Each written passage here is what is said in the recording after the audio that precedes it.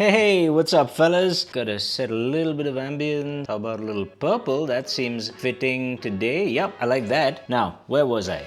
Oh, that's right. These just came in the mail.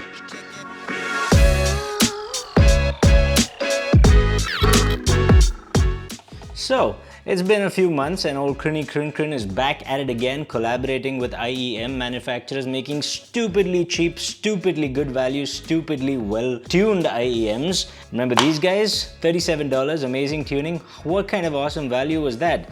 Of course, that just ended in a little bit of a fiasco there, and it happened again. Okay, let's just get the elephant out of the way. Yes, they did ship with the wrong filters. Only 150 people or so were affected, and Linsol has assured me that those people have gotten emails, follow-up emails, care packages, hugs, kisses, and I think new filters, and also maybe a pair of tweezers. I don't know. But the rest of us, we've got the good stuff. So, you know what? Let's just get rid of the IEMs just for a second. Just take a look at this. $99, right? Salnotes Dioko.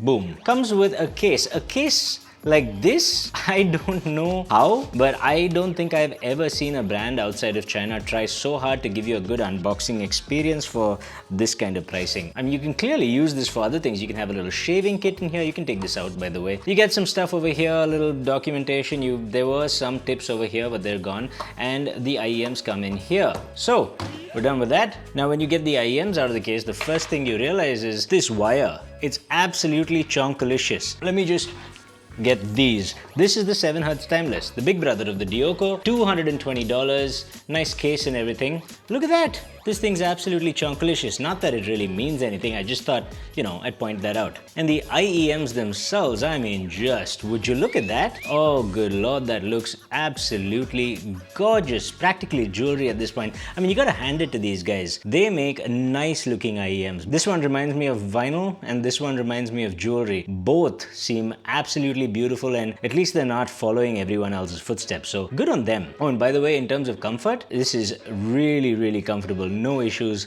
whatsoever. Oh, and unlike the timeless though, this one comes with a 2-pin connector. I know some of you get really upset about that, and you should probably go touch grass. But let's talk about what's really, really important. How do these guys sound? Well, if I were to sum it up in one word, laid back. Now, the timeless, I remember when I first put them in, this was a very in-your-face presentation of upper mids and highs, and it had a properly boosted bass and everything. This one takes a more subtle tact. Now, the first thing you notice is it lacks a bit of authority in the bass, which means the punch of the drums, that mid-bass bump, it sounds a bit hollow on this. And generally speaking, there is a lack of detail in the lower regions, which is exactly the same thing I said about the timeless, and in that respect, they're actually quite similar. Move over to the mids though, and you realize that it's a really nice clean tuning with the mids coming across very crisp and clear, with a definite lack of presence in the upper mids. So that 2 to 4 kilohertz, 3 kilohertz, that sort of region where vocals and guitars exist, that's definitely got a lack of presence.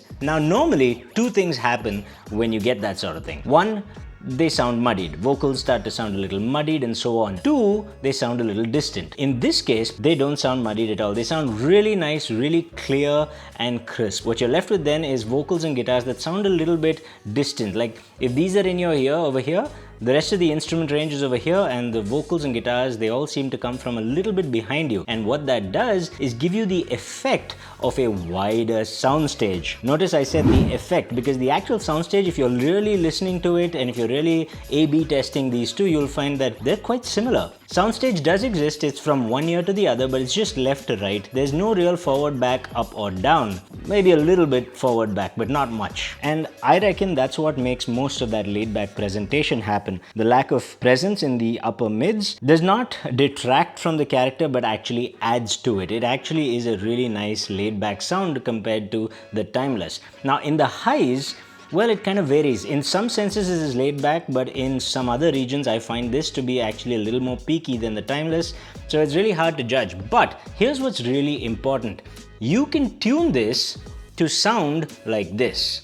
And also you can tune this to sound like this. I just want to make that abundantly clear. A lot of the characteristics seem to come down to pure tuning. And then you might say, oh, well, if this is 99 and this is 220, then what is the difference? Well, there are a few things that you cannot tune into it. The mid-bass hollowness that exists over here is perhaps a little bit less hollow in the timeless, although base is definitely not where I would rate either one of these two excellent. When it comes to the mids though, that's where you really see the difference. There is a distinct metallic character to the mids in the Salnotes Dioko, whereas the timeless on the other hand was well known for its surprising lack of mid-range metallic timbre. And no matter how much I try to EQ it, I cannot seem to change that in the Dioco.